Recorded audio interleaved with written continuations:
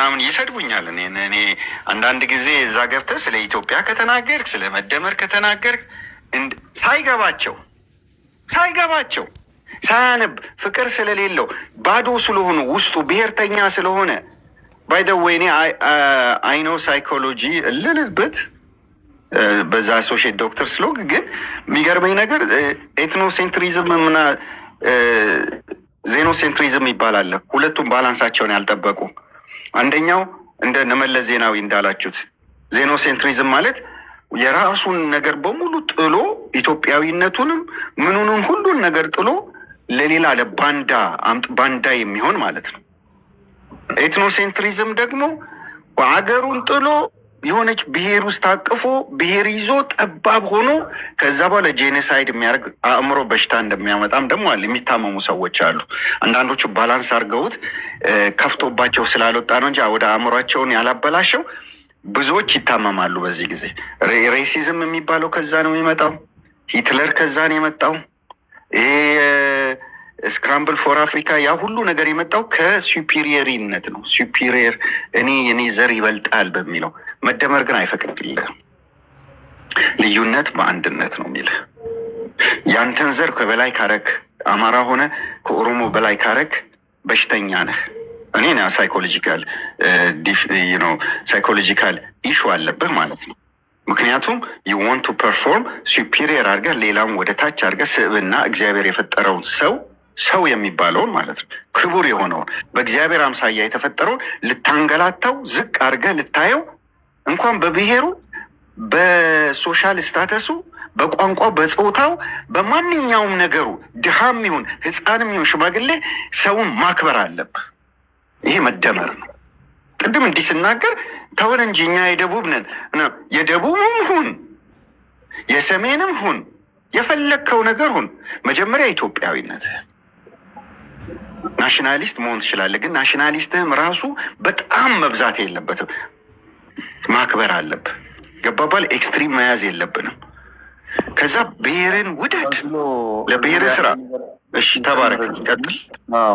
አንዳንድ ጊዜ ልክ ነው። ኦልሬዲ ውይይቶች እንትን ይፈጥራሉ፣ ብራይት ይፈጥራሉ። የኔና የኔ ግምት ብዙ ጊዜ ፖለቲካ ብሔርም ሃይማኖትም የለውም ባይ ነኝ።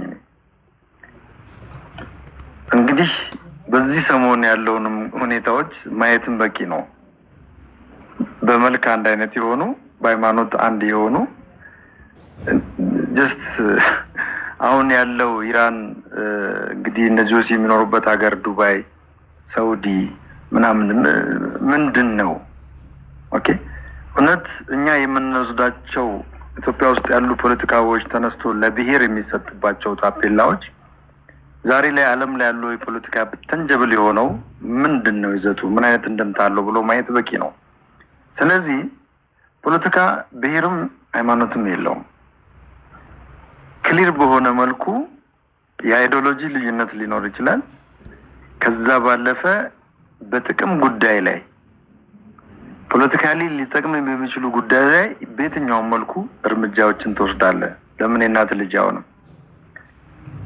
ይህንን የኛ ሀገር የፖለቲካ ልምምዶች እንዴት ነው ይህንን ጉዳይ ፈንክቶ ሊያዩ የሚችሉት? ዛሬ ፖለቲከኞች ለምሳሌ ኢዝሊ ትላንት ያድግ የነበረ ሰው ዛሬ እንዴት ብልጽግና ይሆናል የሚል ኩዌሽን ካለን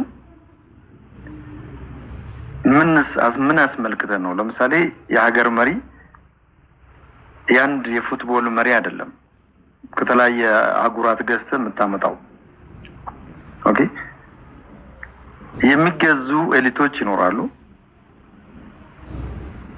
ይህንን ሁኔታ እንዴት ነው ልናየው የምንችለው? ስለዚህ ትናንትና እነ ዶክተር አብይ አህመድ ኢህአዴግ ነበሩ። አዎ ነበሩ። ኢህአዴግ እያሉ ግን ኢህአዴግን ተቃውሞ ሪፎርም አድርጎ የክልላቸውን ፕሬዝዳንት አውርዶ በራሳቸው የህዝቡን ንቅናቄ ተቀብሎ የመጡ ናቸው። ዛሬስ የትላንትናውን ስራ ይፈጽማሉ ወይስ ዛሬ እንዳሉት ሪፎርም አድርጎ በአዲስ ቪዥን በአዲስ ራዕይ ሀገርና ህዝብ ሊጠቅም የሚችል ስራ እየሰሩ ነው ያሉት? ሚዛኑ በስራ ነው። ማንኛውም የፖለቲካ ኤሊት የሚገመገመው በስራው ነው። ከዛ በዘለለ ወደ ብሔር ብታስገባ ወደ ሃይማኖት ብትወስደው እንደዚህ አይነት ነገሮች በዚህ ይሄ ትውልድ የሚቀበል አይመስለኝም። ትክክል አይደለም። ነገር ግን ደብል ኤጀንት ልኮን የሚችሉባቸው ሁኔታዎች ሊኖሩ ይችላሉ ወይ? እሱ ሊያወያይ ይችላል። ጠንከር ያለ አቋም ያለው ሰው ዛሬ ላይ እዚህም እዛም የሚረግጡ ኦፊሻሊ የብልጽግና መንግስታቶችም በፓርላማ ደረጃ በጠቅላይ ሚኒስትሩም ጭምር የሚነገሩ ንግግሮች አሉ። ሰብሰብ በሉ የሚባሉ አንድ ቦታ ምረጡ፣ አንድ እግርን እዛ አንድ እግርን እዚህ የሚባሉ እንግዲህ በማዕከል ደረጃ በሚኒስቴር ደረጃ የሀገር ትላልቅ ሹመት ያላቸው ሰዎች በራሳቸው መንግስት ጥርጣሬ ውስጥ መንግስት እንዳለ በተደጋጋሚ ይናገራል። ሰው ይህን ጉዳይ በምን አይነት መልኩ ነው ቴስት የምናደርገው? ለምሳሌ ከውስጥ እንዴት እንደምንመጣ ከውስጥ መምጣት እንዴት እንደሚቻል እኛ ነን የምናውቀው። ስለዚህ የእኛን መንገድ አትድገሙት ይላል ጠቅላይ ሚኒስትር ዶክተር አብይ አህመድ። ለምንድን ነው ይህንን ቃል የሚጠቀሙ? ምን አይነት መረጃዎች እጁ ላይ ቢኖሩት ነው? እነሱ ከውስጥ ለምሳሌ ሲመጡ አሁን ያሉ አመራሮች 27 ዓመት በጣም በሚደንቅ ሁኔታ በመታገስም በመወቀስም በመገደልም በመታሰርም ቻሌንጅ ላይ ውስጥ የነበሩ ናቸው። ይሄኛው አዲሱ ለውጥ መንግስት ገና 1 ዓመት ሳይሞላው እንደዚህ ንቅናቄዎች የተጀመሩት 2 ዓመት ሳይሞላው እጅግ በጣም ሰፋ ያሉ ወከባዎች፣ ግርግሮች፣ ስም ማጥፋቶች፣ የተለያዩ ዘመቻዎች ነበሩ። ስለዚህ አሁን ላይ ክሊር በሆነ መልኩ ቅድም ወዳጄ እንዳለው አንዳንድ ጠንከር ያሉ ሰዎች ለምሳሌ ሞር ከጫካው አካባቢ የነበሩ በዚህ በአማራውም በኦሮሞም አካባቢ ያሉ ወጣቶች የጥይት አለቃ የነበሩ ዛሬ የሰላም አለቃ ለመሆን እየመጡ ነው። እነሱንስ እንዴት ነው ፖለቲካሊ ትሪትመንት የምናደርጋቸው? አይ ትላንት ወቅተኛል፣ አይ ትላንትና እንዲያርገኛል፣ ስለዚህ አታስፈልግም ላስወግደ የሚል አቋም የለውም። አቶ ፋሲል ቅድም እንዳለው ነው የብልጽግና የመደመር ፍልስፍና።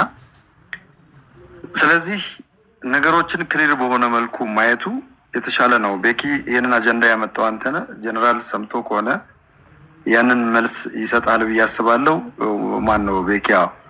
ጆሲ ደግሞ ቅድም በሰርቫንቶች አካባቢ በፖሊስ በአመራሮች ደረጃ ያሉ ክፍተቶች የመንግስትን ስም ድርጅት የማጥፋት ስራዎች የሚሰሩ እንቅስቃሴዎች አሉ ያልከው አንድ ግለሰብ በደረሰው ቅድም አንተ ስታወራ ነው ብዬ ተቆራረጠ ነበር፣ ብዙም አልሰማሁትም። እንደገባኝ ከሆነ ግን አንድ ሰው አገልግሎት ፈልጎ ኢትዮ ሰፋ ነው እንደውም ቅድም ስቡ ሰፋ ነው ታውቃለህ። ደረሰብኝ ካለው አንጻር ሰው ግን የብልጽግና ሰዎች ነው ሲል የነበረው። እኔ ደግሞ የብልጽግና ሰዎች አይደለም የህግ አካል ከሆነ ብልጽግና ሳይሆን የመንግስት እንትን ነው። መንግስትና ብልጽግና ፓርቲ መለየት አለብን በሚል ነው። በኋላ ላይ እሱም ተረድቷል። አይ ቲንክ ግን ችግር የለም አይደለም፣ ችግር አለ። ግን መወቀስ ያለበት ግለሰቡ ወይ እንትኑ ነው እንጂ የብልጽግና ፓርቲ አይደለም የሚለው ነው። እሱን ለማለት ፈልጌ ነበር። ኦኬ እኮ በተቋሞች ላይ ሰርቪስ ለማግኘት ሲሄድ የመጉላላት ባህሪዎች ታዩብኝ ነው አይደለ? አይ ዘለፋም ሌላ ነገሮችም ደርሰውብኛል፣ ህገወጥ ነገር ደርሰውብኛል። እሱ ሀሳብ እንደ ሀሳብ ደግሞ ከዛ ውጭ እኛም ስናነሳው